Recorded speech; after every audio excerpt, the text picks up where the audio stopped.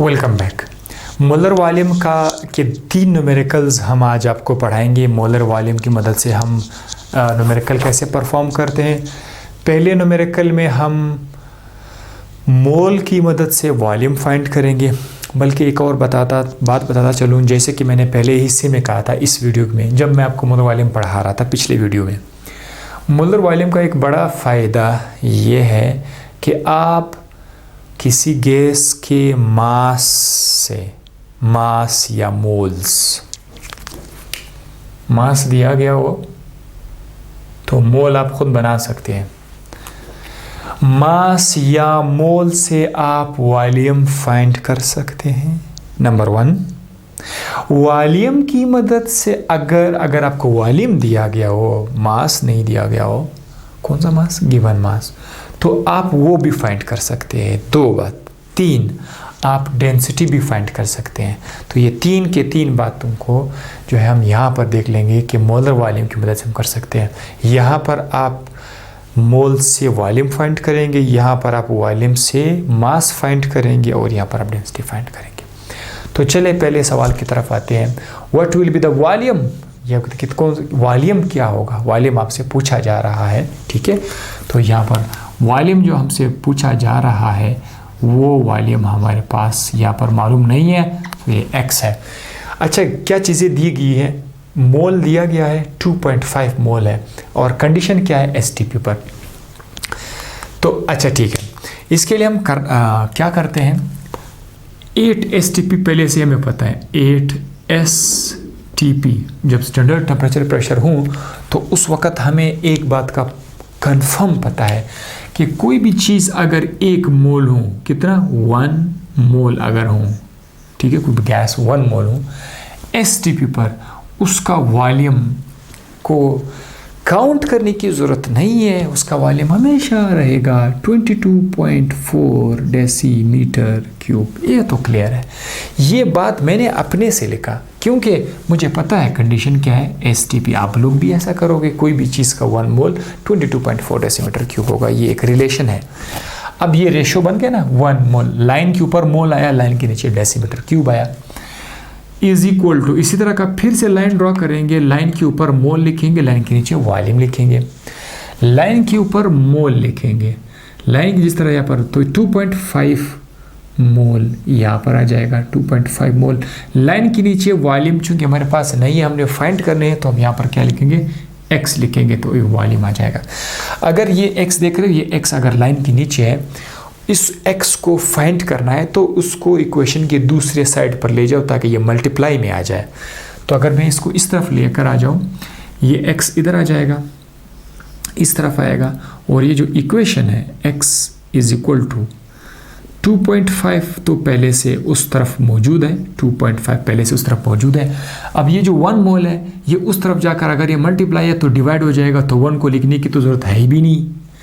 22.4 चूँकि यहाँ पर डिवाइड हो रहा है, उस तरफ जाकर क्या हो जाएगा, मल्टीप्लाई हो जाएगा, तो ये हो जाएगा 22.4, ये हो जाएगा। लाइन के नीचे वैसे भी 1 है, अगर आप लिखना चाहो ना लिखना चाहो कोई इशू नहीं है। अब अगर आप इसको फाइंड करोगे तो कितना आंसर आ जाएगा कैलकुलेटर की मदद से, अगर आप कैलकुलेट करोगे तो ये आ जाएगा 56। इसका आंसर आ जाएगा कितना, 56। 56 के साथ ग्राम लिख दूँ, मिलीग्राम लिख दूँ, क्या लिख दूँ भाई, आप लोग क्या फाइंड कर सकते हैं, वॉल्यूम। आपका x इस वक्त वॉल्यूम को शो कर रहा है, वॉल्यूम का यूनिट डेसीमीटर क्यूब है, तो इधर हम लोग लिखेंगे डेसीमीटर क्यूब, क्योंकि ये 22.4 जो है वो था हमारे पास डेसीमीटर क्यूब। ओके, तो ये आपके पास ये जनाब ये आंसर आ गया। तो this is your V, volume is equal to 56 decimetre cube. अब दूसरा सवाल है, उसमें उन्होंने क्या किया, उन्होंने कहा कि एक गैस है, सो दैट गैस से वही गैस है, क्लोरीन गैस है, Cl2। इस बार वो कहते हैं कि भाई क्लोरीन गैस है और उसका जो वॉल्यूम है वो है 56 डेसीमीटर क्यूब। अब इससे आप क्लोरीन का मास फाइंड करें। क्लोरीन का एक वो वाला मास है जिसे आप पीरियोडिक टेबल की मदद से फाइंड करते हैं, जिसमें इसका आप एटॉमिक मास लेते हैं, क्लोरीन का 17 है, फिर आप उसको 2 से मल्टीप्लाई करते हैं, वो वाला मास है। एक ये उसका गिवन मास है। तो आपने इसका गिवन मास फाइंड करना है किस चीज़ से, इस वॉल्यूम से। तो दोबारा से कंडीशन हमारे पास STP है, रेशो बनाएंगे, इसका मास भी आ जाएगा। अब देखना ये फिर से STP पर एक बात तो हमें पता है कि 1 मोल ऑफ एनी गैस, कोई भी गैस का 1 मोल हो, STP का कंडीशन है तो उसका वॉल्यूम 22.4 ही आएगा, बात ख़त्म। अच्छा, इज इक्वल टू, फिर मैंने लाइन ड्रॉ किया, इधर मैंने क्या लिखा 56 डेसीमीटर क्यूब लिखा।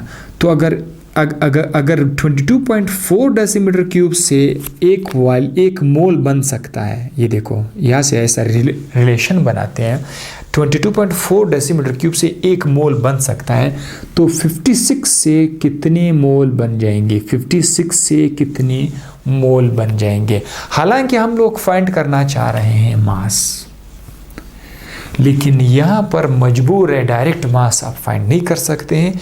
सबसे पहले आपको मोल फाइंड करना होगा।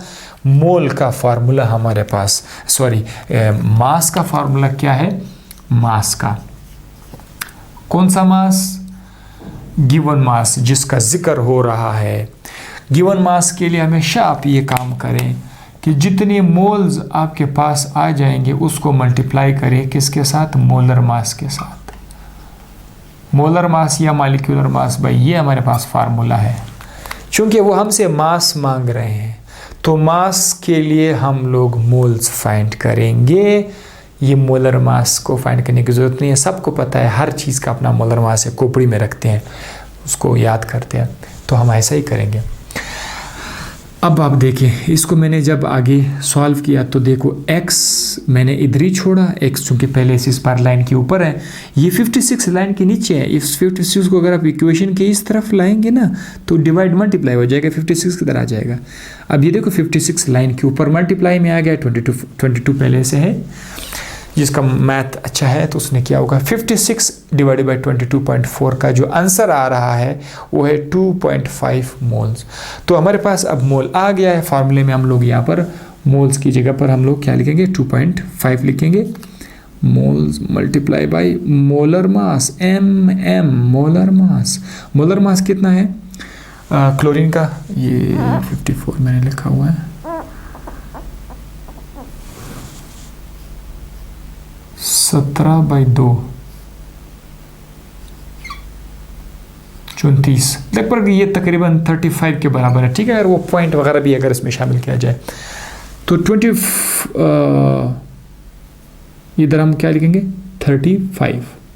हाँ जनाब, तो 2.5 को अगर 3.5 के साथ मल्टीप्लाई किया जाए, 2.5 मल्टीप्लाई बाई 3.5, तो ये आंसर इसका आ जाएगा 2.5 मल्टीप्लाई बाई 2.5 मल्टीप्लाई बाई 35, यह आ जाएगा 87.5 ग्राम। ये आ गया भाई, इसका मास आ गया। तो कितना ज़बरदस्त है, हमने मास को भी फाइंड कर दिया। ओके, ये बड़ा अच्छा टेक्निक है रेशो बनाना। इस रेशो बनाने से आप काम कर सकते हैं। आखिरी सवाल है, what will be the density of the gas. मतलब अगर इसी कंडीशन के मुताबिक आप जाएंगे, यही हालात है, यही गैस है और उस गैस का जो वॉल्यूम है वो 56 डेसीमीटर क्यूब है, और इस गैस की डेंसिटी फिर कितनी होगी। तो डेंसिटी का फॉर्मूला आपको पता है, density is equal to mass upon volume. Chemistry और फिजिक्स में अक्सर चीज़ें ऐसी है कि अगर आपने जहन में फार्मूला हिफ्स किया हुआ है, याद किया हुआ है तो काम चलेगा, फार्मूला आपने याद नहीं किया हुआ है काम नहीं चलेगा। हमें पता है कि डेंसिटी का फार्मूला मास अपॉन वॉल्यूम है। तो मास आपको पहले से पता है कि आपका मास इस वक्त 87.5 है, तो मैं यहाँ पर 87.5 लिख लेता हूँ ग्राम, और इसका वॉल्यूम कितना है 56 है। तो अगर इस हिसाब से देखा जाए तो इसका आंसर भी यहाँ पर चेंज हो जाएगा, 87.5 डिवाइडेड बाई 56, तो ये आंसर आ जाएगा 1.56।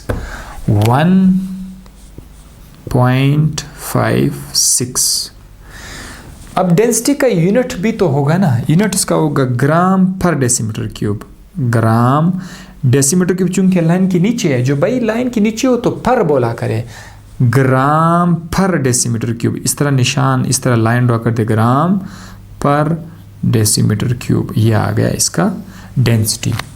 अब आप इसी गैस के डेंसिटी फाइंड कर सकते हैं किसी भी दूसरे वॉल्यूम पर। चले मैं आपको एक होमवर्क देता हूँ, आप घर पर बैठे हुए हैं तो ये एक सवाल कर लेंगे, इसकी डेंसिटी कितनी होगी अगर इसका वॉल्यूम, अगर इसका जस्ट 1 मोल हो, तो ये आप लोग मेरे लिए फाइंड कर लें, ठीक है। इसकी density at 1 mole, what will be the density of gas, कौन सा गैस, क्लोरीन गैस की। इन द अबव कंडीशन नहीं, इस बार कंडीशन कुछ और है।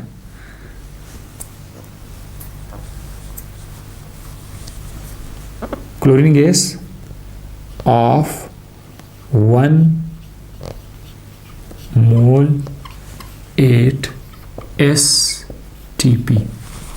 ये आप जो कमेंट बॉक्स है, जब आप इस सवाल को परफॉर्म करोगे तो मुझे ज़रूर बताना है आपने, ठीक है, मुझे ज़रूर बताना है कि इसका आंसर आपके पास क्या आया।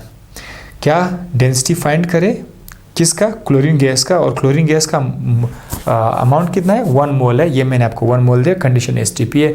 बताओ मुझे कि अब क्लोरीन गैस की डेंसिटी कितनी होगी, ये आपने मुझे बताना है, ठीक है, लिखना है।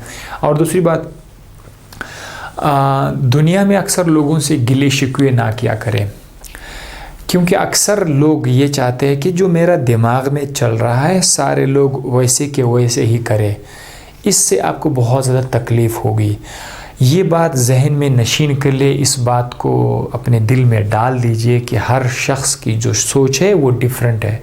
आप किसी चीज़ को जिस एंगल से आप देख रहे हैं वो शख्स उसी एंगल से नहीं देखता, वो उसको किसी और एंगल से देखते हैं।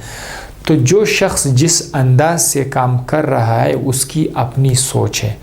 आप ये ना करो कि जो आपके दिमाग में आप सोचते हैं सब के सब लोग वही करें। आप चाहते हैं कि सब के सब लोग जो है वो मेडिकल करें और बाकी लोगों को मेडिकल पसंद है, वो इंजीनियरिंग करना चाहते, आप उस पर जोर लगा, नहीं आप इंजीनियरिंग ना करो, आप मेडिकल करो। तो ये उनकी अपनी अपनी एक सोच होती है, आप उनके सोच के मुताबिक उनके साथ आप एग्री करते जाइए। इससे आपका जो अंदर का जो माहौल है वो रिलैक्स हो जाएगा, ठीक है। तो हमें याद रखिएगा। अल्लाह हाफिज़।